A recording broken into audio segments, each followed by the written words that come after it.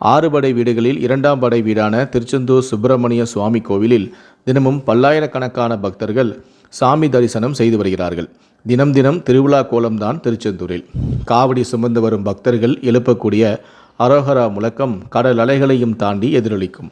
ஆவணி, மாசி மாதங்களில் நடைபெறும் திருவிழாக்களும் ஐப்பசி மாதத்தில் நடைபெறும் கந்தசஷ்டி திருவிழாவும் சிறப்பு வாய்ந்தது. கடலோரத்தில் இருக்கும் முருகன் ஆலயம் என்பதால் இங்கு தரிசனத்திற்கு வரும் பக்தர்கள் கடலில் நீராடிவிட்டு நாளிக்கிணறு தீர்த்தத்திலும் நீராடிவிட்டு சாமி தரிசனம் செய்வார்கள். இந்த நிலையில்தான் கடந்த ஞாயிற்றுக்கிழமை விடுமுறை தினம் என்பதால் பல்வேறு ஊர்களில் இருந்து அதிகாலை முதலேயே திரளான பக்தர்கள் குவிந்தனர்.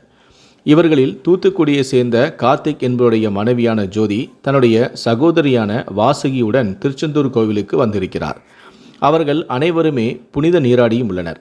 அப்போது திடீரென எதிர்பாராத விதமாக வாசுகி தன்னுடைய கழுத்தில் அணிந்திருந்த 5 பவுன் தாலி சங்கிலி கடலில் விழுந்து கடற்கரை மணலில் புதைந்து போனது. இதனால் அதிர்ச்சியடைந்த வாசுகி தன்னுடைய தங்கச் சங்கிலியை கடலில் விழுந்து தேடியிருக்கிறார். இதனால் பதறிப்போன வாசுகியின் அக்காவான ஜோதி உடனடியாக தன்னுடைய கணவரின் உதவியுடன் திருச்செந்தூர் புறநகர் காவல் நிலையத்தில் புகாரும் அளித்திருக்கிறார்.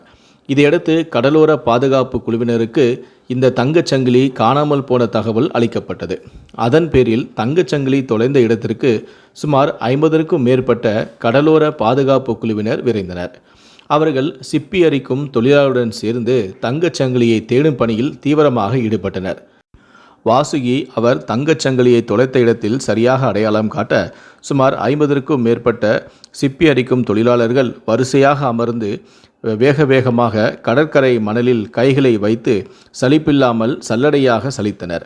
தொடர்ந்து கிட்டத்தட்ட 5 மணி நேரம் விடாமல் இதை செய்து கொண்டே இருந்தனர். ஒருபுறம் தொழிலாளர்கள் தொடர்ந்து நகைகளை தேடிக்கொண்டிருக்க, மறுபுறம் வாசுகியும் அவருடைய குடும்பத்தாரும் விடாமல் முருகனை கும்பிட்டு கொண்டே இருந்தார்கள். முருகா, உன்னை தேடி வந்த எங்களை கைவிட்டாடப்பா என்று தொடர்ந்து முருகனை வேண்டிக் கொண்டே இருந்தார்கள். அவர்களின் வேண்டுதலின் பலனாக சுமார் 5 மணி நேரம் தீவிரமான போராட்டத்துக்கு பிறகு தொலைந்து போன அந்த தங்கச் சங்கிலியும் மீட்கப்பட்டது. இதில் வேலுச்சாமி என்பவருடைய கையில்தான் தொலைந்து போன அந்த தங்கச் சங்கிலியும் கிடைத்தது.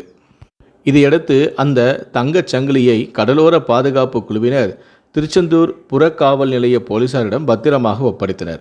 அதன் பின்னர் புகார் அளித்த அந்த ஜோதி குடும்பத்தாருக்கு போலீசார் தகவல் அளித்து தொலைந்து போன தங்கச் சங்கிலியை ஒப்படைத்தனர்.